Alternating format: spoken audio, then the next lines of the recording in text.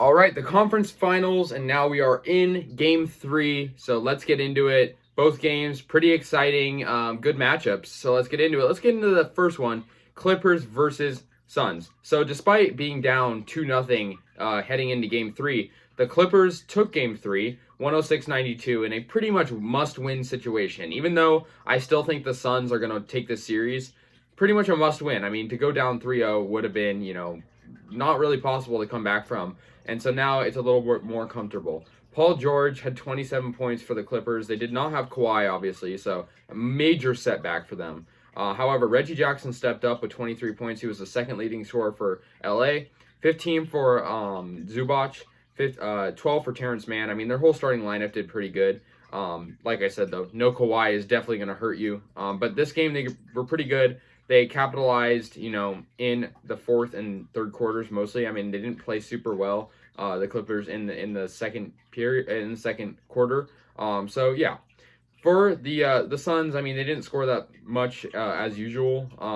Chris Paul had 15, Booker only had 15, so kind of off games for them. Booker's usually up there leading scorer. So, not a good game for them, but I don't really think this will, stick with them. I think they're definitely going to, come out strong the next couple of games, depending on how far it goes. So yeah, 106-92.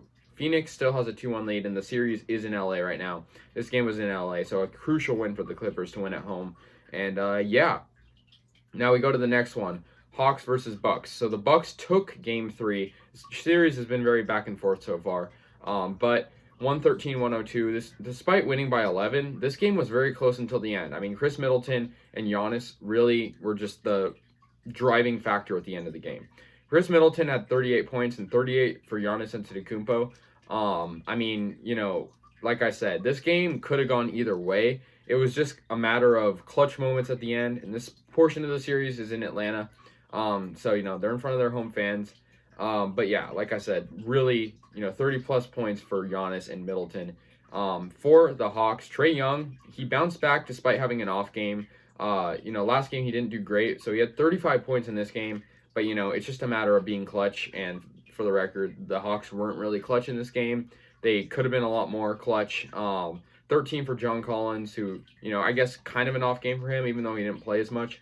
11 for Herter. And actually, Trae Young, he got injured kind of partway through the game. He actually tripped on a referee, which that's kind of messed up. Referee is meant to judge the game, and he's in the way. And I don't know, I guess you could make arguments for both sides. Gallinari had 18 for the Hawks. But yeah, Trae Young, despite being a little bit hurt, he came back. But Milwaukee, at this point, they're kind of having momentum, and they came back and they won 2-1. They're up in the series 2-1, and the final score of the game was 113-102.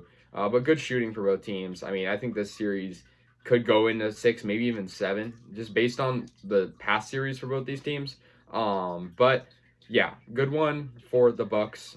They clutched up, but the Hawks this game was very much in their reach. They could have won it had they not, kind of screwed up at the end with their defense. But it's hard when Giannis, who is very dominant player on the court, is coming at you. So anyways, guys, I'll see you guys in game 4. Really good game 3s. Two teams have 2-1 leads now. So anyways, guys, let me know your thoughts, and I'll see you in the next one. Peace out.